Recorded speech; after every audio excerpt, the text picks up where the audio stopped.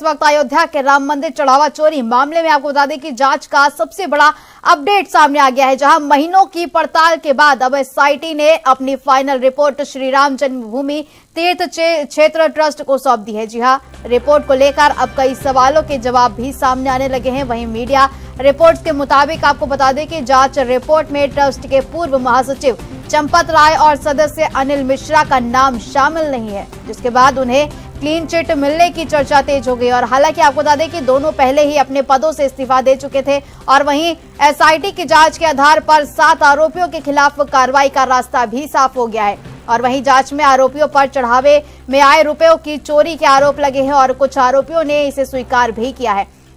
अब इस मामले में कई गिरफ्तारियां हो चुकी हैं और अब सवाल सबसे बड़ा यह है कि चोरी के इस मामले में आगे कौन कौन सी कार्रवाई होगी और जांच के बाद सामने आए तथ्यों पर क्या कदम उठाए जाएंगे। हालांकि वहीं घटना के बाद आपको बता दें कि राम मंदिर ट्रस्ट ने चढ़ावे की गिनती प्रक्रिया में भी बदलाव किया है।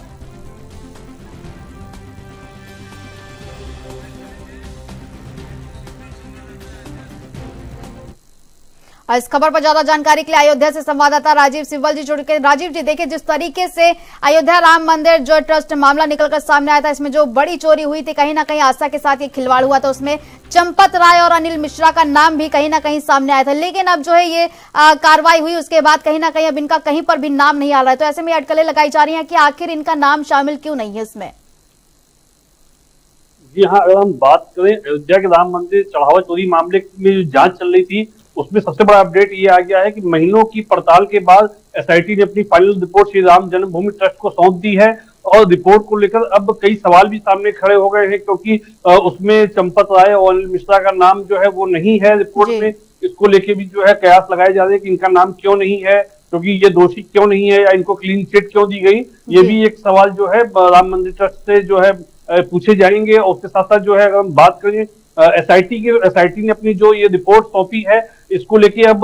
सुप्रीम कोर्ट क्या निर्णय लेता है, क्योंकि ये मामला सुप्रीम कोर्ट में भी गया हुआ है। सुप्रीम कोर्ट में भी इस मामले की जो है सुनवाई लगातार हुई है और सुप्रीम कोर्ट ने ही एसआईटी को वृहद बनाया था। यानी कि जो उत्तर प्रदेश सरकार ने पहले एसआईटी बनाई थी, उसको सुप्रीम कोर्ट ने जो है और वृहद किया, जो आईपीएस अधिकारियों को जोड़ा गया था। तो सुप्रीम कोर्ट आगे इस पे क्या करता है, उस पे आगे, क्योंकि इसका विरोधाभास तो होना कहीं न कहीं तय है, चाहे वो विपक्ष करेगा चाहे जो है इससे जुड़े लोग करेंगे, क्योंकि इन दोनों का जो है इन दोनों को क्लीन चिट मिलना कहीं न कहीं जो है काफी बड़ा सवाल खड़ा कर रहा है। तो इसको लेके अब सामने क्या आएगा, क्योंकि अभी एक अनौपचारिक रूप से रिपोर्ट पेश की गई है और अनौपचारिक इस रिपोर्ट में ये कहीं न कहीं जो है जानकारी प्राप्त हुई है कि अनिल मिश्रा और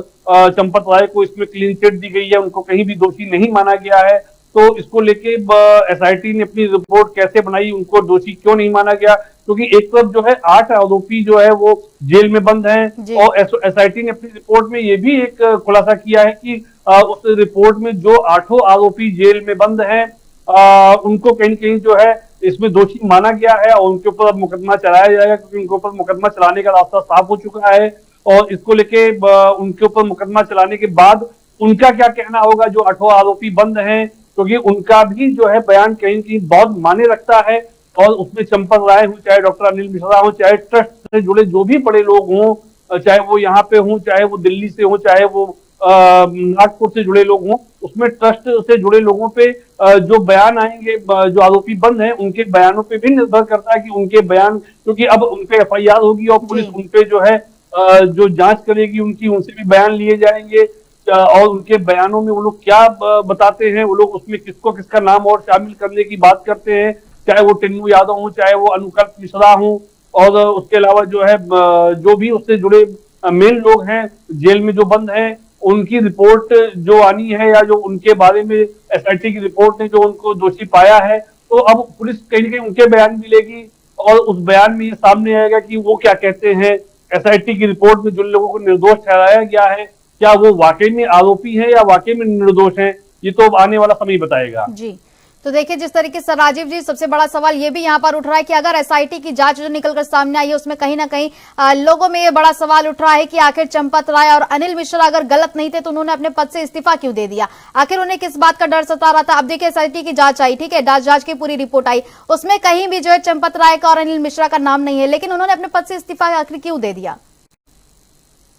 जी हाँ, ये भी एक बहुत बड़ा सवाल है, क्योंकि इन लोगों ने अपने पदों से, दोनों लोगों ने अपने पद से इस्तीफा दिया। उसके बाद जो है लगातार पद से इस्तीफा देने के बाद भी चंपत राय कुछ समय के लिए अयोध्या से बाहर गए, तो उसके बाद जी लगातार वो आज भी अयोध्या में बने हुए हैं। यहाँ पे अयोध्या की अगर हम बात करें तो अयोध्या में ऐसा माना जा रहा है कि चंपत राय भले महासचिव कोई और बन जाए राम मंदिर ट्रस्ट का, लेकिन सब कुछ देखेंगे चंपत राय ही, चाहे वो पीछे से, चाहे वो बैकडोर से देखे, जी चाहे वो पीछे से बैठ के जो है दिशा निर्देश दे लोगों को। लेकिन अभी भी यहाँ पे जो कयास लगाए जा रहे हैं कि चंपत राय ही सब कुछ यहाँ पे सर्वे सर्वा है, राम मंदिर ट्रस्ट के बिना उनके कुछ नहीं होगा। तो ये जो सारे कयास लगाए जा रहे हैं, इसमें कहीं ना कहीं जो है चंपत राय के ऊपर आगे समय में क्या स्थितियां बनती है, उनपे दोष